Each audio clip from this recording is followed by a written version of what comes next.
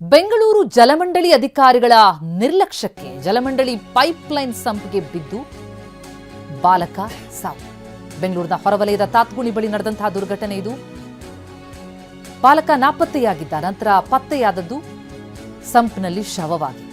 ತಾತ್ಗುಣಿ ನಿವಾಸಿ 14 ವರ್ಷದ ಪ್ರೀತಂ ಸಂಪ್ನಲ್ಲಿ ಬಿದ್ದು ಮೃತಪಟ್ಟಿರೋದು. ಬೆಂಗಳೂರು ದಕ್ಷಿಣ ತಾಲೂಕಿನ ತಾತ್ಗುಣಿಯಲ್ಲಿ ದುರ್ಘಟನೆ ನಡೆದಿದೆ. ರಮೇಶ್ ಎಂಬುವರ ಪುತ್ರ ಪ್ರೀತಂ ಮೃತಪಟ್ಟಿರೋದು. 7ನೇ ತರಗತಿಯಲ್ಲಿ ವ್ಯಾಸಂಗ ಮಾಡ್ತಾ ಇದ್ದ ಈ ಹುಡುಗ ಜನವರಿ 29ರಂದು ನಾಪತ್ತೆಯಾಗಿದ್ದ. ಎಲ್ಲಿ ಹೋದ ಅಂತ ಹುಡುಕ್ತಾ ಹೋದರೆ ಪತ್ತೆಯಾದದ್ದು ಸಂಪ್ನಲ್ಲಿ ಶವವಾಗಿ. ಚಾಮರಾಜನಗರ ಜಿಲ್ಲೆ ರಮೇಶ್ ಅವರ ಪುತ್ರ. ಈಗ ಜಲಮಂಡಳಿ ವಿರುದ್ಧ ಸ್ಥಳೀಯರು ಆಕ್ರೋಶವನ್ನು ಹೊರಹಾಕ್ತಾ ಇದ್ದಾರೆ. ಈ ದುರ್ಘಟನೆಗೆ ಜಲಮಂಡಳಿ ಕಾರಣ ಅಂತ ಹೇಳಿ ಆಕ್ಷೇಪಿಸ್ತಾ ಇದ್ದಾರೆ. ಸಿದ್ದರಾಮಯ್ಯ ಸಾಬೂರ್ ಸೌಲಭ್ಯ ಯಾಕೆ ಓಡಾಡ್ತಿದ್ದೆ?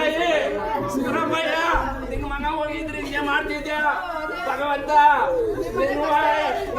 ಯಾರು ಬರ್ತಾರೆ? ಮುರಿದೈತಲ್ಲಪ್ಪ, ಎಲ್ಲ ಫ್ಯಾಮಿಲಿ ಎಲ್ಲ ಕಾಯ್ಕೊಂಡು 20 ಸುಮ್ಗಿರೋ ಆ ಫ್ರೆಂಡ್ಸ್ ಅವ್ರವ್ರು ಬರ್ಲಿಲ್ಲ ಅಂದ್ರೆ ಇದು ಗೊತ್ತಾಯ್ತಪ್ಪಿಲ್ಲ. ನನ್ನ ಮಕ್ಕ ಮನೆ ಮುರಿದೈತಲ್ಲಪ್ಪ, ಎಲ್ಲ ಫ್ಯಾಮಿಲಿ ಎಲ್ಲ ಕಾಯ್ಕೊಂಡು 20 ಸುಮ್ಗಿರೋ ಆ ಫ್ರೆಂಡ್ಸ್ ಅವ್ರವ್ರು ಬರ್ಲಿಲ್ಲ ಅಂದ್ರೆ ಇದು ಗೊತ್ತಾಯ್ತಪ್ಪಿಲ್ಲ. ನನ್ನ ಮಕ್ಕ ಕಾಕ್ಲಿಪುರ್ ಸ್ಟೇಷನ್ ಅವರು ಎಷ್ಟು ನನ್ನ ಮಕ್ಕಳು ಕಾಕ್ಲಿಪುರ್ ಸ್ಟೇಷನ್ ಅವ್ರು ಯಾವ ನಷ್ಟಿ ಕೃಷ್ಣಮೂರ್ತಿ ಎಷ್ಟು ನನ್ನ ಮಗ ನಾನೇ ಡಬಲ್ ಡ್ಯೂಟಿ ಮಾಡ್ತೀನಿ, ಯಾರು ಇಲ್ಲ ಅನ್ನ.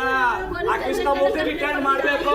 ಸಿದ್ದರಾಮಯ್ಯ ಓಟು ಮಾತ್ರ ಬರ್ತಿದೆ, ಅವನ್ನ ರಿಟರ್ನ್ ಮಾಡಿದ್ರೆ ನೀನು ಬರ್ಬೇಕಾದ್ರೆ ನೀನು ಎಸ್, ಘಟನೆ ಕುರಿತಂತೆ ಡೀಟೇಲ್ಸ್ ಪಡೆಯೋಣ. ನಮ್ಮ ಪ್ರತಿನಿಧಿ ಕಿರಣ್ ಸೂರ್ಯ ಸಂಪರ್ಕದಲ್ಲಿದ್ದಾರೆ. ಕಿರಣ್, ಏನಾಯ್ತು, ಹೇಗಾಯ್ತು ಈ ಜಲಮಂಡಳಿ ಪೈಪ್ಲೈನ್ ಸಂಪ್ಗೆ ಬಾಲಕ ಮೃತಪಟ್ಟರು ಅಂದ್ರೆ ಯಾವಾಗಿಂದ ಇದು ತೆಗೆದುಕೊಂಡಿತ್ತು? ಯಾರಿಗೂ ಗಮನಕ್ಕೆ ಬಂದಿರಲಿಲ್ವಾ? ಹೇಗೆ?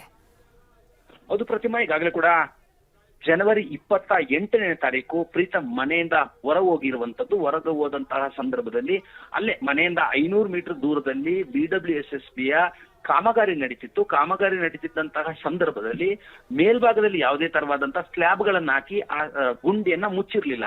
ಆ ಕಾರಣಕ್ಕಾಗಿ ಆತ ಗುಂಡಿಯಲ್ಲಿ ಬಿದ್ದಂತಹ ಸಂದರ್ಭದಲ್ಲಿ ಮನೆಯವ್ರಿಗೆ ಯಾರಿಗೂ ಕೂಡ ಗೊತ್ತಾಗಿಲ್ಲ ಈತ ಗುಂಡಿಯಲ್ಲಿ ಬಿದ್ದಿದ್ದಾನೆ ಅಂತೇಳಿ. ಈತನ ಜೊತೆಯಲ್ಲಿ ಕೂಡ ಯಾರು ಸ್ನೇಹಿತರು ಇರ್ಲಿಲ್ಲ ಅನ್ನುವಂತ ಮಾಹಿತಿ ಸದ್ಯಕ್ಕೆ ಲಭ್ಯವಾಗ್ತಿರುವಂತದ್ದು. ಆ ಹಿನ್ನೆಲೆಯಲ್ಲಿ ಕಳೆದ 3 ದಿನಗಳಿಂದಲೂ ಕೂಡ ಪ್ರೀತಂ ಎಲ್ಲೋಗಿದ್ದಾನೆ ಅಂತೇಳಿ ಕುಟುಂಬಸ್ಥರು ಪತ್ತೆಯನ್ನ ಮಾಡ್ತಾ ಇದ್ರು. 29ನೇ ತಾರೀಕು ಕಗಲಿಪುರ ಪೊಲೀಸ್ ಸ್ಟೇಷನ್ ನಲ್ಲಿ ಒಂದು ದೂರನ್ನು ಕೂಡ ದಾಖಲಿಸಿದ್ರು.